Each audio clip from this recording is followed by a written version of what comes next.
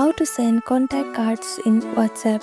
In this quick tutorial, I'll show you how to send a contact card in WhatsApp. Super handy when you want to share someone's number quickly. Let's get started.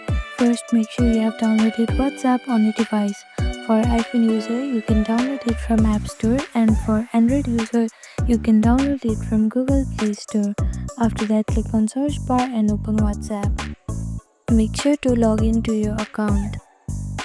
Now go to the chat where you want to send the contact. On Android, tap the paperclip icon at the bottom right. On iPhone, tap the plus icon at the bottom left corner. Now tap on contact option. This will open your phone's contact list.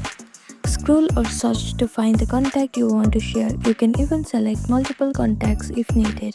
Once selected, tap the send icon and the contact will appear in the chat, ready to be saved by the recipient.